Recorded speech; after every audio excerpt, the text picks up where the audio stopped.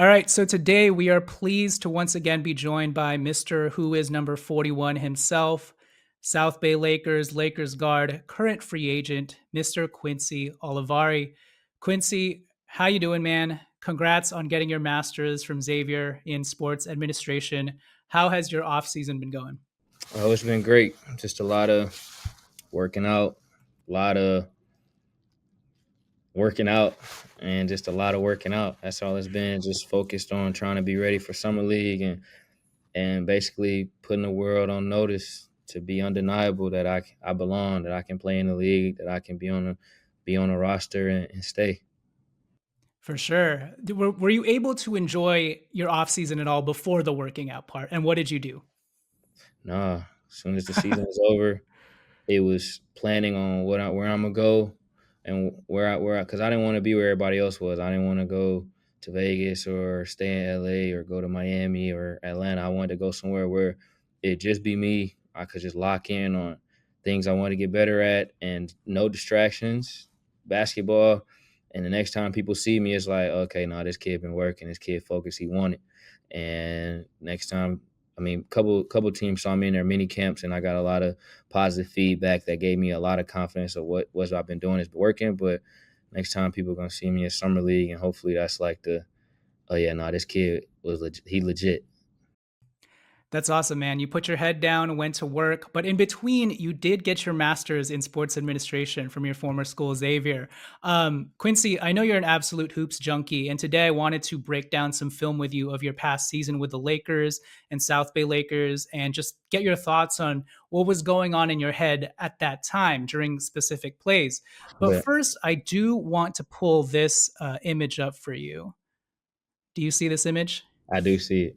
Okay, so the audience is seeing this as well. On one side, we have your media day photo with LeBron James, the infamous "Who the heck is number 41" photo that you sort of made viral. Um, so on one side, we have your photo with LeBron James when at that time, media day, you didn't even know whether you'd make the team, right? You were just a training camp invite. Right. Now, on the other side, we have you graduating at Xavier, your alma mater, with your master's, showing off your official Lakers jersey that you actually wore as a Lakers player during the NBA season.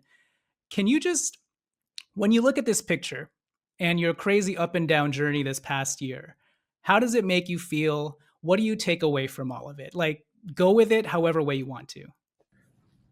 Thankful. I think the word that just came to my mind was chosen. Like I'm one of God's favorites. I'm one of God's chosen child, and my journey's always been different. It will always continue to be different. But it's what makes me who I am. It's what gives me the joy every single day. I wake up in the morning to just live life, not even to play basketball, but the joy God gives me to just spread positivity and to understand that things might never ever look linear, but when you look back, you're gonna be like, man, like this that was special. I mean, when I look at the picture on the left, I think of just I remember I was nervous to just ask Brian for a picture because I'm like I'm not really on the team. I'm here for training camp, and I don't want him to think like, oh no, I mean, yeah, Q cool, like he cool, I like him, but what he asking for a picture for? So I remember just being nervous, and now on the right, I got my own Lakers jersey. That's one of the ones that we wore during the season, and I have his number. Like I recently just texted him, just congratulating him on the Richard Millie collab that he has. One of the I think it's Mhm. 150 watches that came out, and I'm just like, and he texts me back, and you look at the picture on the left, and I'm all I got is a picture with him, and then you look on the right, and it's months later, and it's a whole different aura or mood or whatever you want to say. Just and I'm just thankful, man. The last year was amazing. I mean, from summer league to just being in the facility every day after summer league, building relationships, um, preseason, getting the shoe deal, making the roster on the last day, then being on the roster, scoring my first point, playing in the G League, playing next to Bronny, everything that came from it was amazing. And then even getting waived, there was a lesson in that. It was a positive in that. And everything that happened last year, I've just tried to learn from, whether that was good or bad. So next year it's a mature, wiser Quincy. No, for sure. And your story is so inspiring because if you remember when we had you on last season, it was like back in August. You hadn't even gone to training camp yet. You didn't get your two-way contract yet. And to your point, training camp happens. All of a sudden, preseason starts. You actually get a shot. You show out in that shot. Now you're in the NBA. You get your two-way contract, you sign with Steph Curry's shoe brand, then you get cut from it in July, but then you sign back with South Bay, and then you have a really strong end of your season. And then it all kind of culminates with you getting your degree at Xavier. And now you're gearing up for your second season. And yeah, it's just super inspiring to just follow your journey. I work very hard, man. All I ever need is a shot. All I ever Mhm. need is a chance because I just work. I work so hard. I work relentlessly. I work tirelessly. I just work, and so when that moment comes, I just walk with the confidence that I'm ready, that I'm built. And even in moments where I might not rise to perform how I might want to, it's still a lesson in that, just that God is trying to show me, because when it's time and when my moment's here, he gonna let me shine, which is what he's done, you know. For sure. And that is what that right hand picture is an encapsulation of pretty much everything that you just said, which is so awesome. From last season, which Lakers teammate, I'm sure they were all great, but which teammate did you really gravitate towards and appreciate? Like who really took you under their wing, if you could like pinpoint one guy? Uh well, the one that I mean, for obvious reasons, the one I gravitated to the most was Dalton and Bronny, but we were rookies, you know, so we Sure. summer league together, working out together. It was always just kind of like Dalton. Like I talk to Dalton every day, and we kind of laugh and joke. Like some of my stuff is at his house while I'm not in town, but definitely Dalton. And then like actually on the team, like the starting five, I guess a vet you would say. Um, I mean, at first it was D'Lo. Mm, I think having D'Lo there and him kind of like giving me the ins and outs of like how he was with the Lakers at first, and Kobe was his vet mentor, and then he left, and then coming back, just like all these things that come with that, and playing for the Lakers, and then uh, just growing and maturing as a person, as a player. And then when they were on the plane, I would always stand next to him while they were playing Boo-Ray, you know, just kind of like asking questions, just kind of just being around the guys, and he would just kind of talk to me from time to time. He invited me over to his house the day I signed my two-way contract. So mm. D'Lo was definitely always there. He dropped jewels, definitely kind of spit some knowledge, and then all the other guys were just kind of like there. I mean, Vando always kind of looked out and would talk to me, and then Seawood, Gabe, those guys were just always around. I mean, AD would kind of joke with me a little bit. You know, Brian would joke with me a little bit, and I mean, everybody. I had my own separate relationship, but the one I can say that kind of like, I guess, talked to me the most was probably D'Lo or Gabe. Max Christie too. I mean, he was my uh, Mm. locker mate, but we were around the same age, same as Jackson Hayes. Like Jackson Hayes invited me over all the time, but it always felt weird calling him vet because he's 1 year older than me, but he's been in the league 6 years or 7 years next year. But he always Jackson always looked out, like for real, for real. For sure. I mean, honestly, the start of that season, the first like 2 or 3 months, you guys looked locked in both in terms of hard work and play. The vibes just seemed super good, especially in practice and stuff. You guys would always be laughing and joking around, and that's not, you know, what you say about D'Lo and Gabe Vincent. I mean, that's not uncommon for those two vets. That they're really good locker room guys, and it seems like that trickled down to you. All right, I promise we'll get into the clips in a second, but my last question for you about last season, Quincy, I have to ask this question. The Anthony Davis Luka Doncic trade. What were your thoughts and your reaction when you saw that go down? Could you believe it? Did you think Shams got hacked like everybody else? Yeah, it was crazy. So the team was out in New York. They just played the Knicks, but I was in LA. I was at Manhattan Beach eating dinner with my mother, and I was taking her out to eat, and I just remember my phone blowing up, being in the player chat, and everybody was just going crazy. And I'm just like, what's going on? Like, I'm at dinner with my mom, so I'm not even on my phone. And when I checked Twitter or Instagram, obviously the Shams post came up talking about they were traded, and I just remember just thinking like, nah, no way, right? Like this is crazy.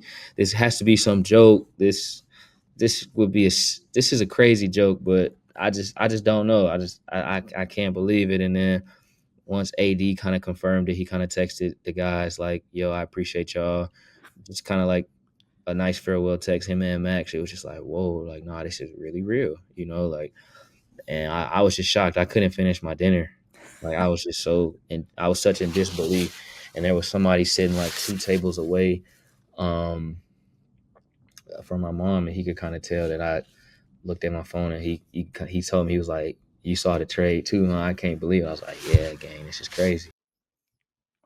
Yeah, I mean, I feel like last season, it must have felt like 2 seasons rolled up into one. It's like pre-AD, post-AD, and for you, obviously, with the Lakers, not with the Lakers, focused on South Bay, right? But And with that said, I want to get into some clips now with you, and we're going to start with this one. Okay. All right. So, this is your preseason game against the Milwaukee Bucks. I'm right, sure you remember it. This is right. the I time where remember you this play. I remember this exact play. Okay, so I'm gonna play the film and the clip, and then let's just run it through once, and then I want to get your thoughts on this, just because Yeah, this I feel like this game was your first real extended time in the preseason yeah. to show what you got. The Lakers at this point, what they're down by like 13 points, Mm. 89-76. Redick really needed some energy, brought in the some of the camp invites. So let's just watch this. All right, Castleton gives it to you. You're running the wing, and you just pull up for this three and drain it. At this point, what was your thought process entering this game? Were you like, you know what, let me just go out there and just see if I'm feeling good? And then by the time that you hit that shot, were you like, all right, let me keep firing and see where this goes? Nah, it was. Well, this could be it. I played like a minute or two in Palm Springs, and I was just like, oh, okay, well, don't know how much time I'm gonna play, but I was nervous. I mean, I'm human. I was a little nervous. I had some emotions like, oh, like I don't know what's about to happen. I don't, I don't know, like I don't know what's gonna happen when I go out there, but I'm just gonna play hard.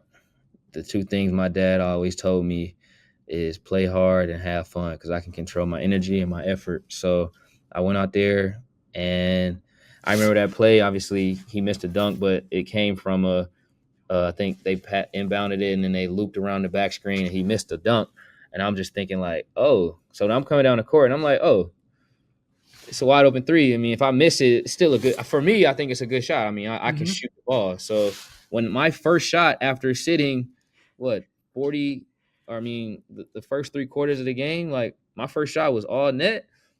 I was like, oh, okay, like this is a good sign. Okay, I mean, a lot of people say if you make your first shot, it's gonna be a good day, but I was just like, oh, that was all net. That felt good. I thought I was gonna miss, because a lot of times when I go into my shot right left, I'm like, but I made that one. I'm like, okay, cool. All right, so let's go move on to your second shot. But I think so. I don't have some of your defensive clips in here, but I think that was a huge part of this game as well. To your point, you just came in with the right requisite amount of energy and hustle. And so you were grabbing boards, you were like diving on the floor for 50-50 balls. And so I think that kind of helped give you the rhythm and juice you needed. Oh, for So sure. looking at this second clip, I think you just walked down the court with a little shimmy here Yeah, no, so that and was off just a jump drained the shot. ball. I think it was off a jump ball. Got it to the backcourt, and I'm just like, I hear people like, shot clock. So I'm like, oh, okay, it's time. I'm not a shifty like Kyrie ball handle type of guy. I just need a little bit of room to see the basket, and I trust my arc on my jump shot. And from there, it was like, at this point, I'm gonna be Ooh. honest. When I walked into the game, I didn't know time. I didn't know score. I just know play hard. And when I hit that shot, I still didn't know the time and score. I just remember hearing the crowd go, "Oh!" And I live for that. Basketball is entertainment. Mhm. And I mean, I play hard, but at the end of the day, you still gotta make it interesting. So I hear people, oh, I'm like, okay, no, okay, I'm here. I'm here. Like, y'all entertain. Okay, cool. Why not keep it going? I didn't know if we were winning. I didn't know if we were losing. I didn't know if it was tied. I just knew that I was in a rhythm at that point.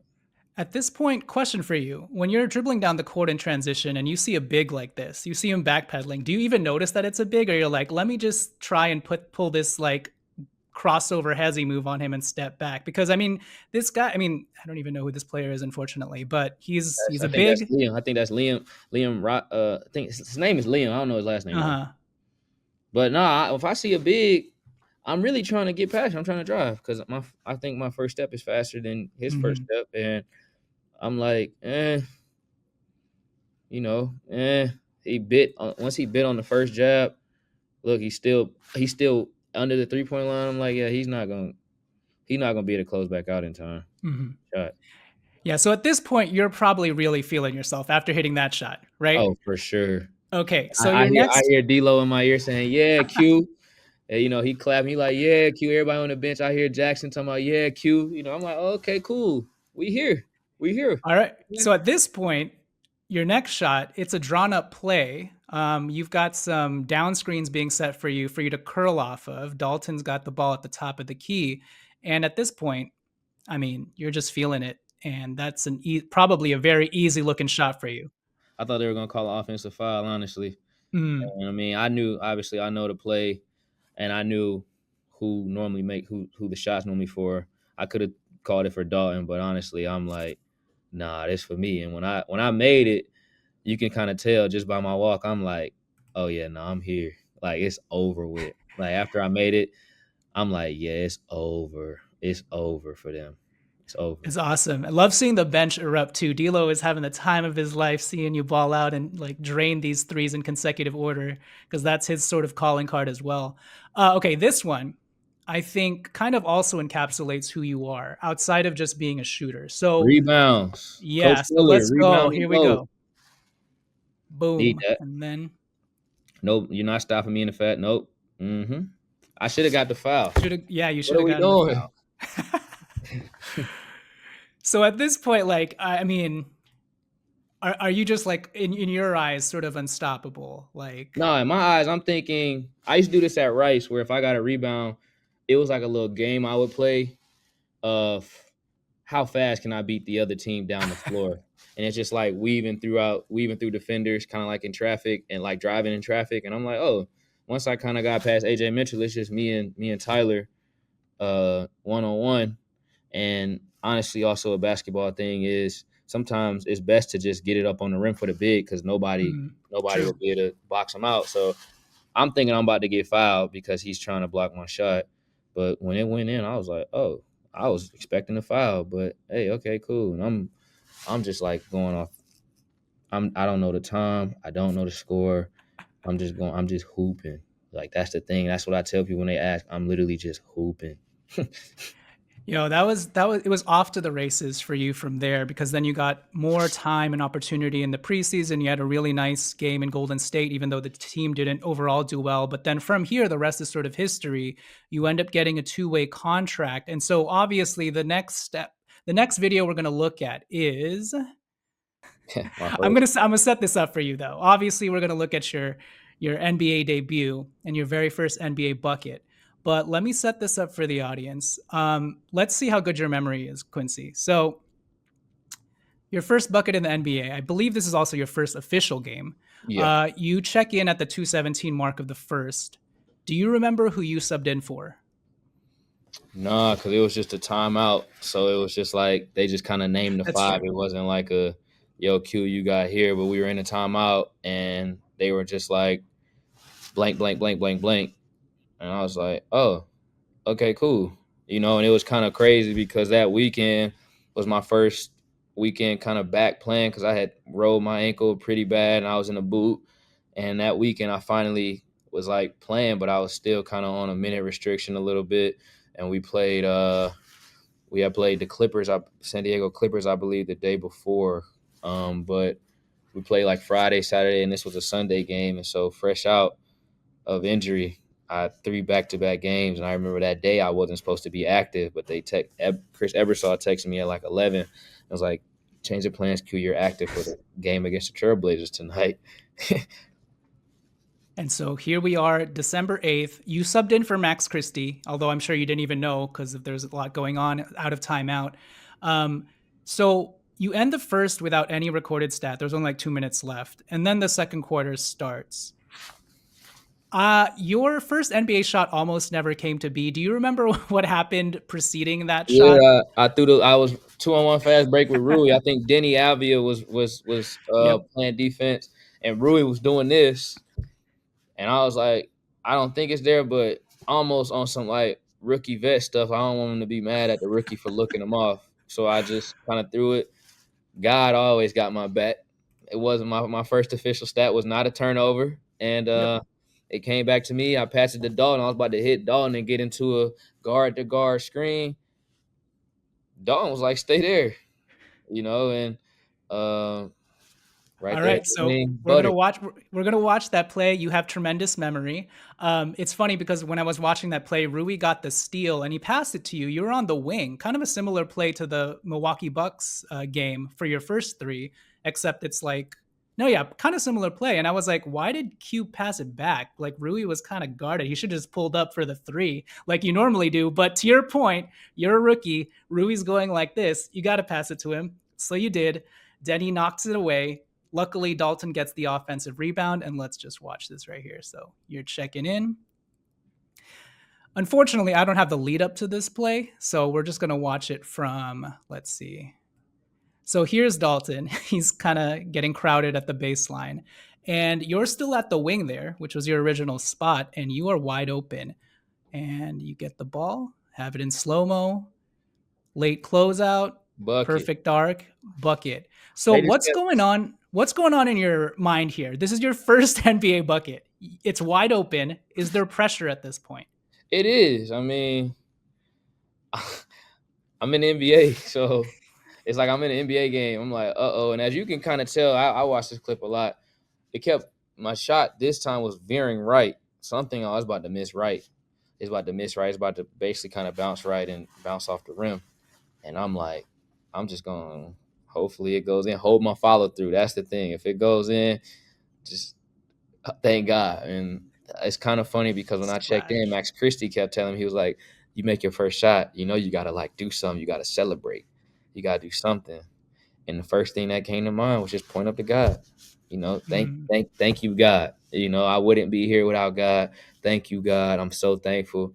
And then from there is get back to what I normally do, pick up full and heat the ball up. And I was just so thankful. I proceeded to shoot 2 more threes. I went 1 for 3 that game, but at the end of the day, my calling card is shooting.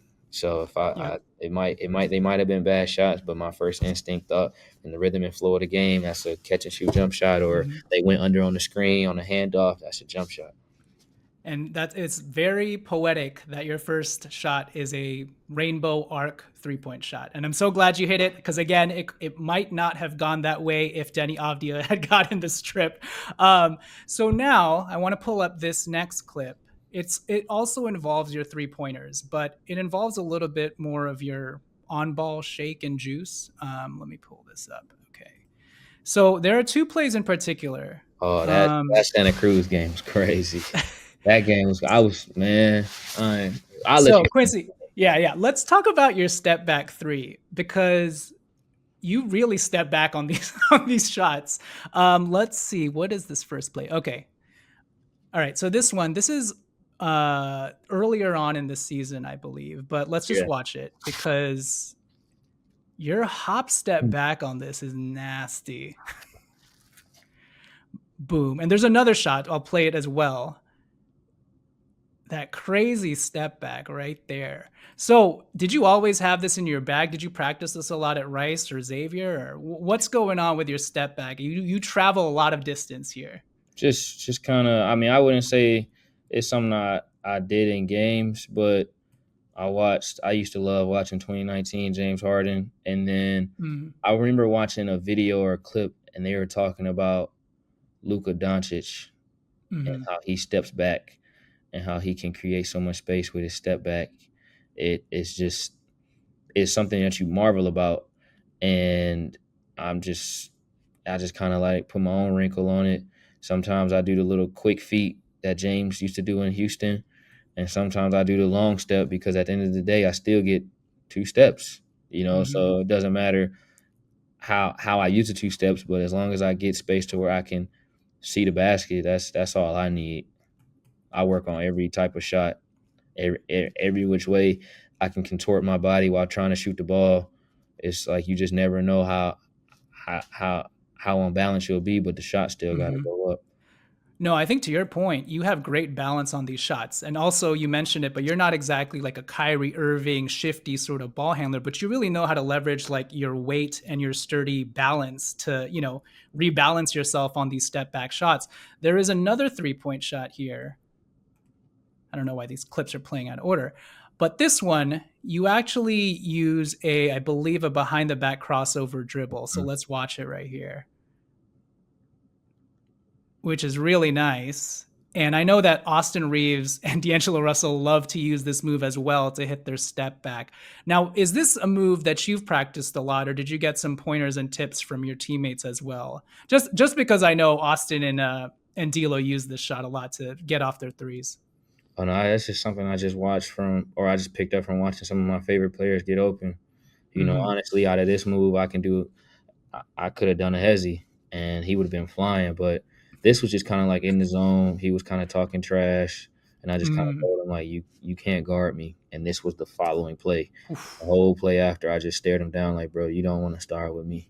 I promise, it'll be a problem, especially since we're losing. Like you don't want to Hmm. start, and just watching guys how they get their shot off. I mean, like you say, D'Lo does this, AR does this. I mean, Steph does this. I mean, Luka does this. Like guys that can shoot the ball, they do moves like this all the time because all they need to do is see a little bit of rim. Yeah, and I think for you too, you have such a quick first step. So anytime you can change that pace up with this crossover dribble and just stop on a dime, it's crazy. I mean, the separation you get on this dude is insane. He like hops back twice. All right, next clip. So the one thing that I heard, because you did an interview with Trevor Lane on the Lakers Nation podcast, and you mentioned in South Bay, the one thing you really improved upon throughout the year was your playmaking and assisting. And I really saw that come into play, especially during your last month in March. You had a couple of triple double games. You had like a 30 plus point, 8 assist, 8 rebound game. And so I kind of just wanted to marvel at some of your playmaking, and we will watch some here. I'll kind of run the tape first, and then we can like just talk about it. This first clip is just a really nice one-handed laser bullet to Kyler Kelly that I just thought was sick. It just looks nice. I don't know if you have anything to say about that, but I mean, I just love playing with Kyler, man. That's it's I to my defense, man. I've never played with a lob threat, mhm, like a go get it high flying big like a Jackson Hayes or a Kyler Kelly in my life. So when I'm coming off screens, my first instinct is shoot it, score it, But being in the NBA with all this spacing, the amount of attention that I can draw with my ability to score, and then having somebody like Jordan Nichols or Kyler Kelly to just be to just go get that because the big thinks I'm about to shoot a floater, or the coach told the big that they need to play up super high because I'll shoot this three from right here. And from there, it's just like, oh, okay, that reads pretty easy. There's no low help, and the big man's guarding me. yeah, I saw your pick and roll play particularly really excel that last month, especially with guys like Christian Oh, Coloco, for Trey sure. Jameson, Kyler Kelly. Before we get to those plays, though, there is one type of pass that I was really impressed by. It's this like over the head whip laser pass that you throw down to the low man on the baseline where you're at the top of the key. And it seemed like you really had a good chemistry with your teammates to just fire this pass off where they're cutting to the basket, and you just did a really good job of keeping the ball high but adding the requisite amount of velocity on that thing to find the cutters. Was that something that you always kind of knew how to do before we get to these pick and roll plays? Just being a top of the key facilitator. I mean, no, that's definitely something I picked up, but I think it's just a credit to my teammates for